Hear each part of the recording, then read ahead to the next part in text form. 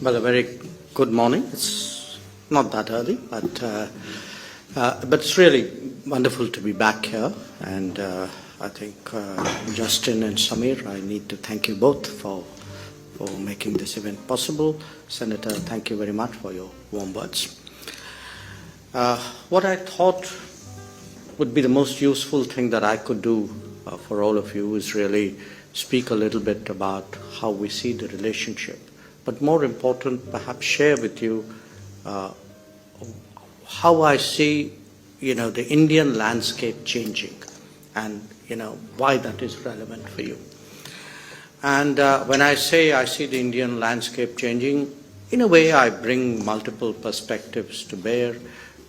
The objectivity of someone who spent a lot of time outside his own country, who keeps looking back at it, and who in a way is a sort of marketing department of the country for 40 years. So you have to know your product well to market it effectively outside. And then a brief corporate education, which was very, very useful, very brief unfortunately, and 4 years as a practicing politician, and believe me, the speed of education there is even faster. And really, when you go around, I would say, to me, the real discovery of being a politician is how much time you spend really on the road. I mean, on the street, and the kind of things you pick up there, and the impact of changes, which otherwise you look at it much more theoretically if you're just living in a capital city. But let me kind of dial back a bit, look at the relationship itself. And I think I would very much echo what the Senator said, which is today's world, I think the state of the world creates a very compelling case for India and Australia to do more with each other. For quite a few years now, for more than a decade, I think we can see the direction the world is going in. It's in transition now. That's a very nice word which pretty much describes anything at any time. But the bottom line is the sense of stability, the factors of permanence in our calculation that we had for many decades have in the last decade, there have been question marks, and there have been question marks. I mean, we can debate it's a good thing or a bad thing, but it doesn't matter. It's happening. And it's necessary for countries like India and Australia here to work more closely to shape the direction in which the world is going. But there's a much more immediate context, and the context is especially that of the last 3 years. There was already this transition going on, and there were, I think, trade concerns, there were financial concerns, and then came the COVID. And the impact of the COVID has been devastating on the world economy. Perhaps we in India and Australia feel it much less. As someone who travels a fair amount to other parts of the world, we look at Africa and Central America and some other parts of Asia. I look at my own neighborhood, Sri Lanka, Bangladesh, Nepal. We can see really how much damage, economic damage, social damage, psychological damage the COVID has done. And then, if that wasn't enough, there came the Ukraine conflict. So today, I would actually, in terms of foreign policy, for me, one of the big goals would really be how do you de-risk the global economy? And you de-risk the global economy, one, by building more reliable and resilient supply chains, which is exactly one of the initiatives that India and Australia and Japan have embarked on. Two, how do we address the challenges of the digital world much more securely, much more credibly, and there, that's a whole new set of issues and a set of policies out there. which have, it's not without its geopolitical aspects. And the third, of course, what are the important relationships which can serve as stabilizers, really, for a sort of world economy heading into choppy waters for quite a few years ahead. Now, what we are going to see, I think, on the bilateral front, hopefully, is you, Senator, referred to the passage of the ECTA, and I think in a larger sense there's the comprehensive strategic partnership which sort of sets the narrative, the framework really for the relationship. And how to take it forward, I think it's hugely helpful to have high-level contacts, to have CEO forums, to have trade ministers. So in the coming days and weeks, I expect to see a lot of activity on that front. And I think it's really when business meets business, when prime ministers meet prime ministers, when trade ministers meet, and even foreign ministers have their role. When we all do our business in a much more regular, intensive, constructive manner, I think that's hugely helpful to taking the relationship forward. Now, if I can switch track and speak a little bit about how I see the landscape today in India. We have this annual budget exercise. I'm sure you have your version of it as well. And what the budget exercise does is it's like a public stock taking of the national economy. And not just we call it budget, but actually the budget has alongside it a kind of an economic, shall I say, an economic strategy and an economic prognosis for a much longer period than just the year which the budget covers. So they come as a package. The budget, of course, course corrects every year for that larger picture. Now, since we're just coming out of the Parliament session last week after the presentation of the budget, I would sort of underline to you today that in India we feel that we, relatively speaking, we have come out of the COVID challenge quite strongly. I mean, there's a human cost, all of us know that. I think there's not a single family that I know which hasn't had some kind of COVID loss. But having said that, the COVID period, we responded to it in a way in which it was fiscally sustainable. In fact, a lot of reforms were carried out under the COVID stress. There was a lot of creativity which also was implemented on scale on the field, also because of the COVID pressures. And in many ways, I think decisions which may have otherwise taken us much longer, for example, ramping up our health, the resources we devote to health. I think a lot of these decisions really got fast forwarded. So the sense today in India really is of a certain amount of economic confidence. A confidence also in our ability to manufacture, to create, to collaborate in many more areas. We are targeting 7% growth this year, but we do expect it to improve over the next 5 years, and definitely we think we would stay in that 7 to 9% range at least for a decade and a half. You can, in India today, see that reflected in the investment climate, both in the flow of FDI, FII, as well as in the investments which the government itself is leading. The capital outlay in the budget this year is actually about a third more than it's ever been before. Now, having sort of made that point that you're really looking at sort of bullish economic scenario in India. There are a few aspects which I would like to keep at the end of the discussion, because I think it might be useful to dilate upon it at some length.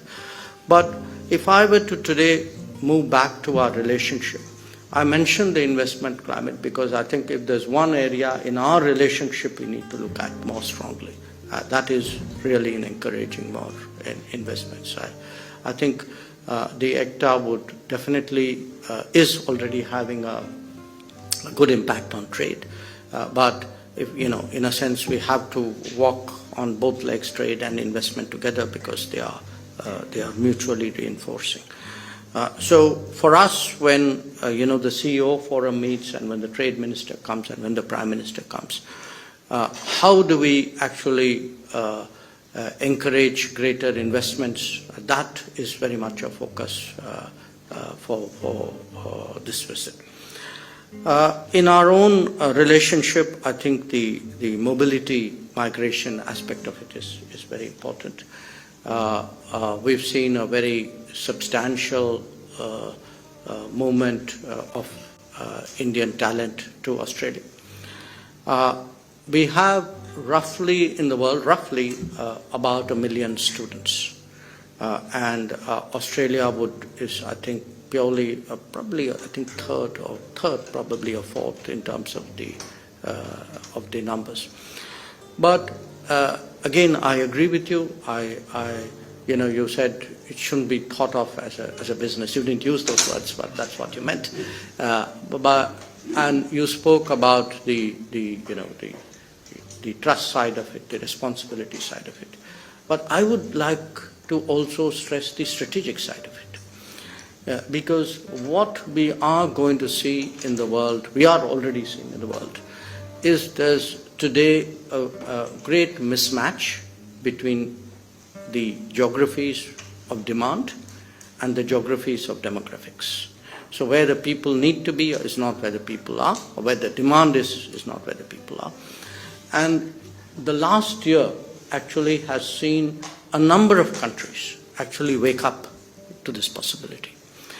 Just over the last 3 months, I've signed a migration mobility agreement with Germany, which actually has been a very conservative society in terms of flow of people from outside. An even more conservative partner, Austria. We have concluded an agreement for a certain set of professions with Japan. It's been on hold because of COVID for implementation reasons, because we also have to teach them language. With the UK, with France, with Denmark, with Portugal.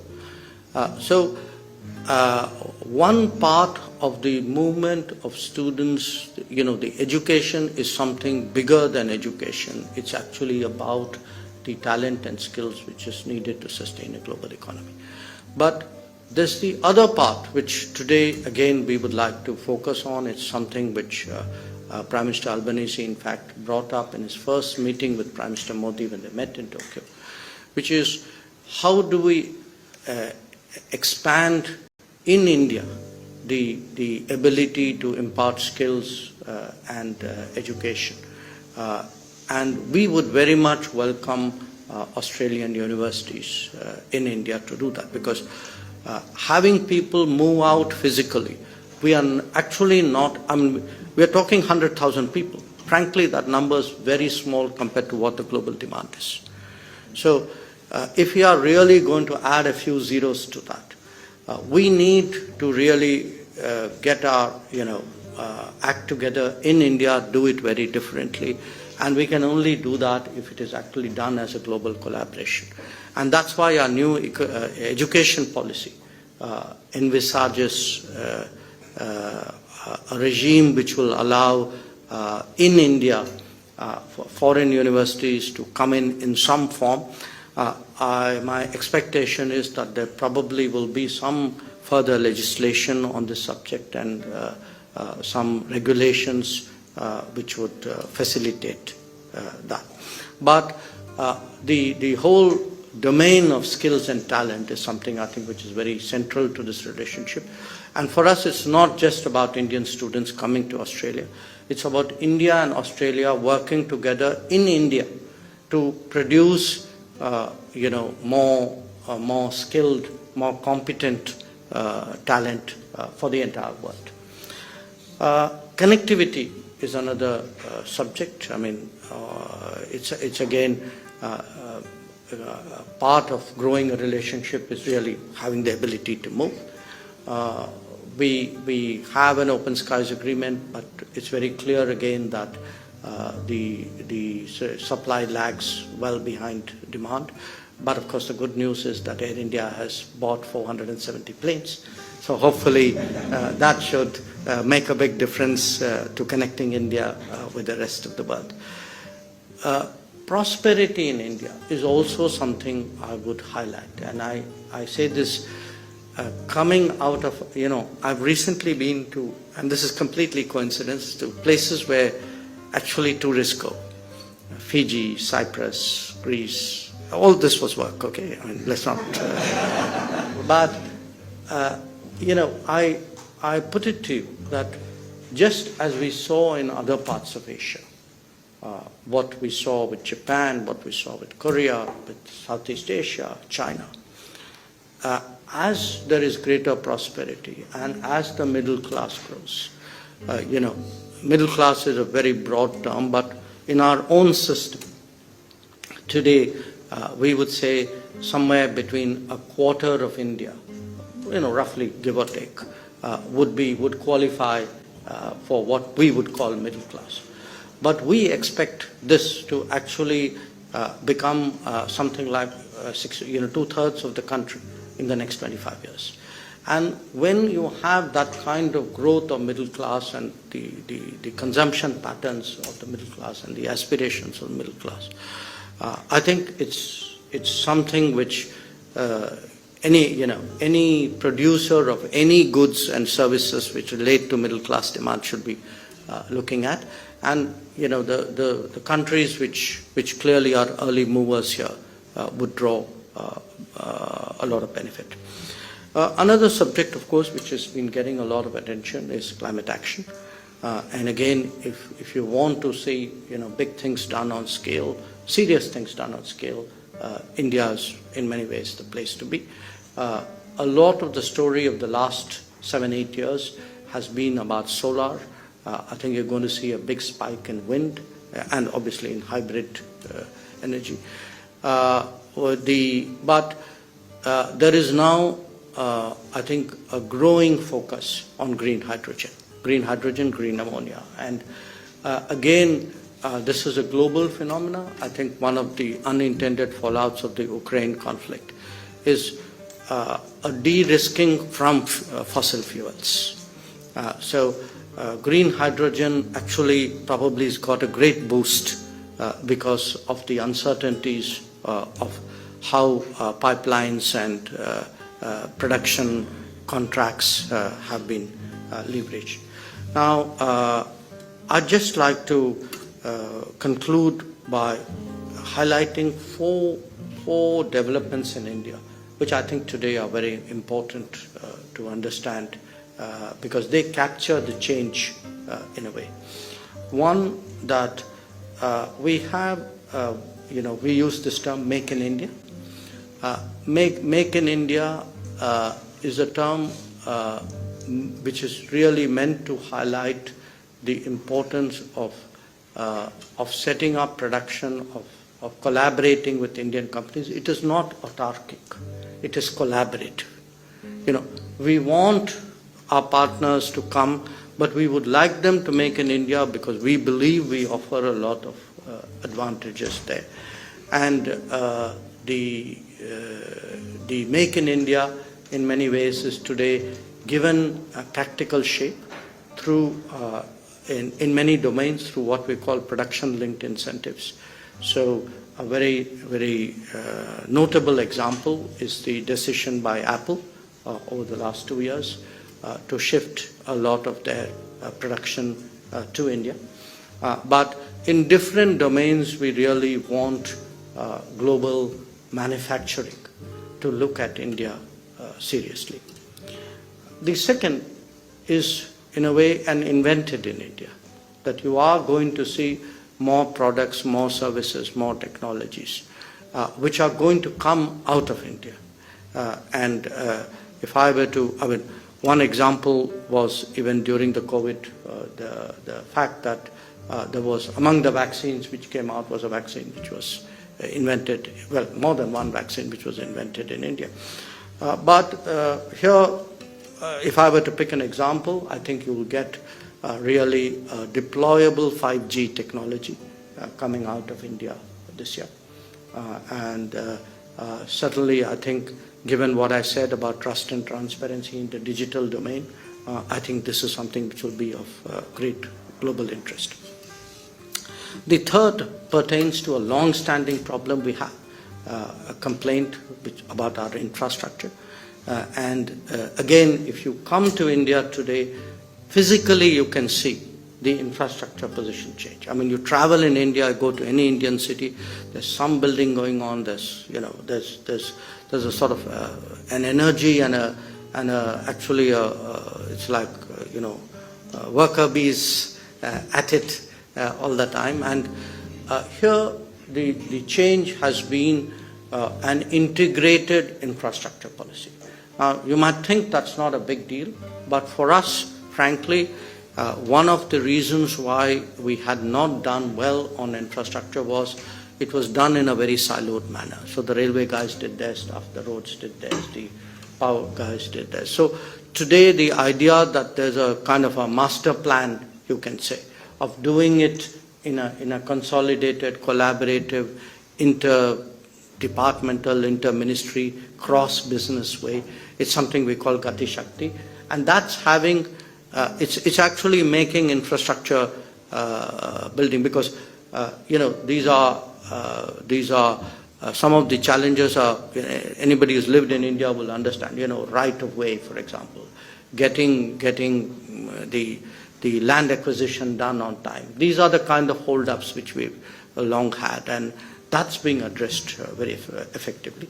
And lastly, if there's a big change in India in the last 3 years, it's the digitization of India. And digitization on a scale and an intensity which is very difficult to communicate if you haven't seen it for yourself. And again, if I were to sort of give you a few shorthand descriptions, during COVID, we were one of the early countries to lock down, but we were one of the countries who locked down most comprehensively. When we locked down, we completely locked down. And the challenge was, how do you feed, what happens to people in the informal economy, people who went back to their homes during this period. So it was a socio-economic challenge, to some degree it was a political challenge. And it was actually the time when the digital backbone was tested. And we had these two programs, one of giving free food, and till 31st of December last year, beginning from May of 2020, we were actually delivering free food to a little more than 800 million people. And 800 million people confident that it was actually going to them. Unlike earlier days, it wasn't that it was getting siphoned off, coming into the market, middlemen were taking stuff. The digital was actually ensuring an integrity of delivery and transaction that would not have been possible. Equally, on the financial side, because we had encouraged people to open bank accounts, sometimes bank accounts with no money in them. But we were, again, during the same period, putting in money into the bank accounts of 415 million people who were the lowest income in the country. And if you ask me, how did you get through COVID? I cannot overstate the importance of actually financially supporting people and feeding people and ensuring that this works on the ground. But it's not just the crisis interventions which are a validation. This has now become the basic governance mechanism today to do socio-economic delivery. So if you look we are trying to demonstrate that we can construct a comprehensive social welfare system, even at our scale of income. And our scale of income is $2,000 per capita.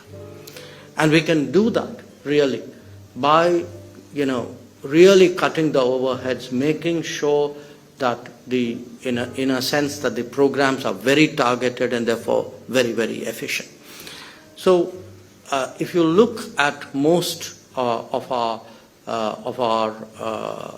delivery programs today, the social programs, we have really in the last 4 years been able to get about 500 million people covered by health schemes, about the same number covered by pension schemes. There was a program to replace firewood with cooking gas, and the cooking gas, initial lot of cooking gas you get free of cost. Now that program was as big as 80 million people. We have a housing program. A housing program, we've already delivered 30 million houses, and at 5 people a family in India, that means 150 million people have been covered. So I'm giving you these numbers because it actually tells you the scale which digital backbone makes possible. We couldn't have done this 10 years ago because we didn't have that backbone and we didn't have the strategic understanding to activate and utilize that backbone. And you can see this in the lifestyle of people as well. I mean, today, if you look at education, so much of it today is digital. Look at shopping. I mean, we have, in fact, if you look at our cashless transactions, the UPI, I think we record the largest number of cashless transactions in the world. So there's been a kind of a technology leapfrogging in the psyche of people, and that's been actually a very, very big difference. And it's having, as a political person, I can tell you, when you go to your constituency, you go to other constituencies, you're campaigning. This is really what is making a difference. That when, there are people who, and the nice thing about it, this is actually absolutely faceless. So it relieves the politician of any charge of favoring, one group or one community or one region against the other. I mean, you actually can go in there completely objective, utterly impartial, totally technology, data-driven. And that's an enormous boon. So these were some of the, thoughts which I thought, I should share with you. My sense is we today clearly got a strong political tailwind. The challenge in any relationship, different relationships work differently. Sometimes business gets a bit ahead. Sometimes you're kind of, I would say, socially or technologically driven. When I look at the Quad, each one of the relationships has moved with a different aspect of it leading. But I would say this for the political side, with a degree of vested interest here, that we have actually led so far, and we have created an environment today where I think the business side, the economic side, the investment side, the technology side can come in much more strongly. And that's really the phase today that we need to be working at. So once again, really, thank you for your attention.